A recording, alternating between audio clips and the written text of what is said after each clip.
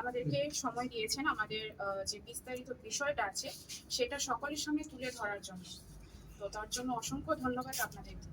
আর আজকে যে প্রেস মিটের বিষয়টা এখানে তুলে ধরা হয়েছে বা আয়োজন করা হয়েছে সেটার মূল উদ্দেশ্য কি সেটা আমি এখানে আলোচনা করার জন্য এখানে বসেছি। তো অ্যাকচুয়ালি ব্যাপারটা হয়েছে যে 2022-এ আমাদের ট্যাট পরীক্ষা অনুষ্ঠিত হয়, আপনারা সকলেই জানেন, আমরাও জানি পরীক্ষার্থীরা। 2022-এর পর 2021-এ হয়েছে, আবার পরপর 2022-এও হয়েছে, কিন্তু 2023-এও কোনো পরীক্ষা হয়নি, 2024-এও কোনো পরীক্ষা হয়নি। পরীক্ষার্থীরা কিন্তু আশায় ছিল, তারা পরীক্ষা প্রিপারেশন নিচ্ছে, পরীক্ষার বসবে, সবারই একটা আশা থাকে পড়াশোনা যখন করছে। তো পরপর 2 বছর কিন্তু কোনো পরীক্ষাই হয়নি। তো 2022-এর পর আবার 2025-এ পরীক্ষাটা হয়েছে।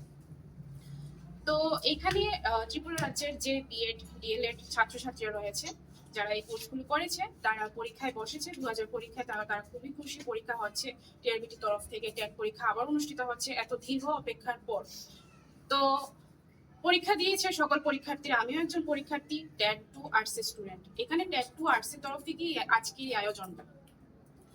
তো আমিও পরীক্ষা দিয়েছি।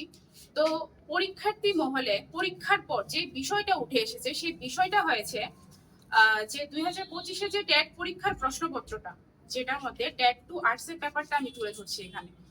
তো কি হয়েছে, সেখানে পরপর সারিবদ্ধভাবে কিছু টপিক পার্ট থাকে, যেমন সিডিপি পার্টটা রয়েছে, ইংলিশ পার্টটা রয়েছে, বেঙ্গলি পার্ট রয়েছে, দেন আমাদের এসএসটি পার্টটা রয়েছে, যেটার মধ্যে বিভিন্ন যে পার্টগুলো থাকে, যেমন হিস্ট্রি থাকে, জিওগ্রাফি থাকে, পলিটিক্যাল লাইফ থাকে এবং এসএসটি প্যাডাগোগি একটা পার্ট থাকে।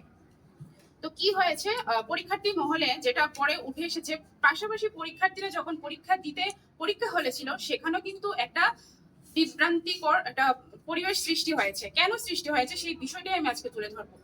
কি হয়েছে, পরীক্ষার যে প্রশ্নপত্র করা হয়েছে সেই প্রশ্নপত্রের মধ্যে আমি কিছু বলবো না, অসংখ্য ভুল রয়েছে, অনেকাংশে ভুল রয়েছে। যেমন আমার একজনই ট্যাগ টু আসছে, আমার একজন দিদি ভুল, ও সিডিপি পার্টটা আপনাদেরকে বলেছেন। তো মানে বেঙ্গলি পার্টটা, ইংলিশ পার্টটা, এসএসটি পার্টটা, এই পার্টগুলোর মধ্যে অসংখ্য কিছু ভুল রয়েছে কোশ্চেনের মধ্যে। আমি এই ভুলগুলো আপনাদের সামনে তুলে ধরবো। আপনারা কি হয়েছে যে ভুলগুলোর মধ্যে প্রথমত যে ভুলটা ছিল সেটা হচ্ছে আউট অফ সিলেবাস। যারা পরীক্ষার্থীরা রয়েছেন তাদেরকে একটা সিলেবাস দেওয়া হয়ে থাকে, একটা মেনশন করা হয়ে থাকে, সেই সিলেবাস অনুযায়ী তারা প্রিপারেশন নেয়। প্রিপারেশন নেওয়ার পর প্রত্যেকটা স্টুডেন্ট পরীক্ষায় বসে। তো এখানে যে সিলেবাসটা দেওয়া হয়ে থাকে, এখানে সারিবদ্ধভাবে বিভিন্ন পার্টগুলো থাকে, যেমন আমি এখনই বললাম সিডিপি, ইংলিশ, বেঙ্গলি, এসএসটি। যারা আর্টসে আছে, যারা সায়েন্স আছে, সায়েন্সের পার্টটা। তো এই পার্টগুলোর মধ্যে অসংখ্য টপিকস থাকে। তো আমার কথা হচ্ছে যে আউট অফ সিলেবাস যে কোশ্চেনগুলো করা হয়েছে, এখানে মহাসমুদ্র সমান একটা সিলেবাস, এই সিলেবাসের বাইরে কেন কোশ্চেন রাখা হচ্ছে? এই সিলেবাস থেকে যদি কোশ্চেন করা হয়, এখানে প্রশ্নপত্রের মধ্যে 150 কোশ্চেন আছে, 150 নাম্বারের কোশ্চেন করা হয়ে থাকে। তো এই 150 কোশ্চেনকে বাদ দিয়েও আরো অনেকগুলো কোশ্চেন করা যায় যদি এই সিলেবাস থেকে করা হয়ে থাকে। কারণ কি এই সিলেবাসের প্রচুর টপিকস রয়েছে।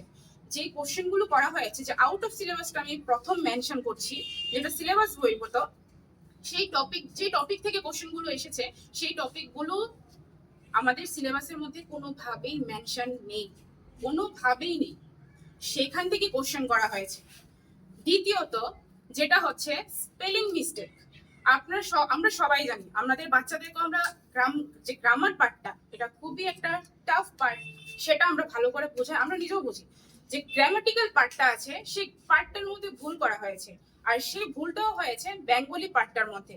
আপনারা সবাই দেখতে পারবেন যে এখানে যে ইংলিশ রয়েছে বা বাকি যে পার্টগুলো রয়েছে, সেইগুলোর মধ্যে বোথ সাইডে দুটো ভাষা দেওয়া হয়েছে, একটা হচ্ছে ইংলিশ ল্যাঙ্গুয়েজ দেওয়া হয়েছে, আরটা হচ্ছে বেঙ্গলি ভাষাতে দেওয়া হয়েছে, মানে বাংলা ভাষাতে দেওয়া হয়েছে।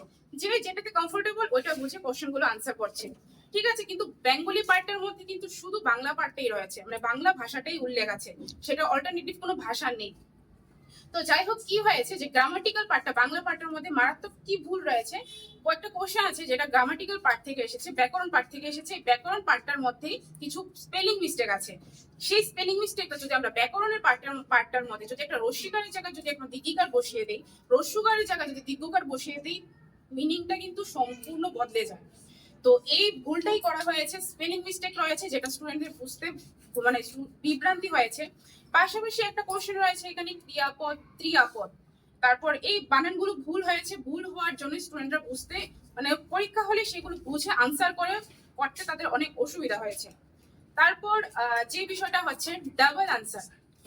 কি হয়েছে, একটা কোশ্চেন করা হয়েছে, 150টা কোশ্চেন করা হয়ে থাকে, 150টা কোশ্চেনের মধ্যে প্রত্যেকটা যেমন কোশ্চেন থাকে, প্রত্যেকটা কোশ্চেনের মধ্যে 4টে অপশন থাকে, এ বি সি ডি।